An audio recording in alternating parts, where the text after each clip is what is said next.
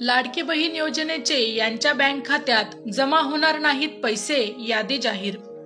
महाराष्ट्रात गेल्या विधानसभा निवडणुकीच्या तोंडावर महायुती सरकारने महिलांसाठी एक योजना जाहीर केली होती।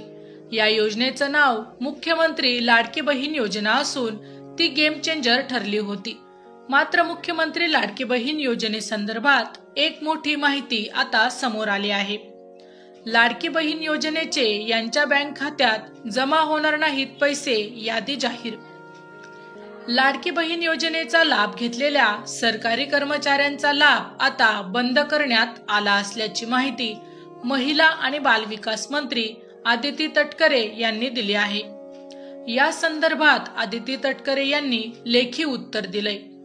2289 सरकारी महिला कर्मचाऱ्यांनी पात्र नसताना देखील लाडकी बहीण योजनेचा लाभ घेतला होता।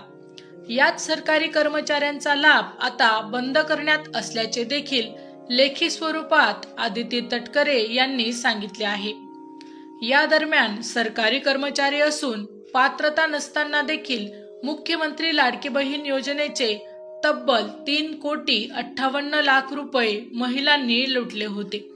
ही माहिती समोर येताच सरकारी कर्मचारी असलेल्या लाडक्या बहिणींकडून हा सगळा पैसा वसूल करण्यात येणार असल्याचे देखील महिला व बालविकास मंत्री आदिती तटकरे यांनी सांगितलं होतं। माहिती आवडली असेल तर अवश्य शेअर करा। अशाच प्रकारचे नवनवीन सरकारी योजनांविषयी अपडेट मिळवण्यासाठी आमच्या लाईफ एव्हिएशन या YouTube चॅनलला अवश्य सबस्क्राईब करा। धन्यवाद।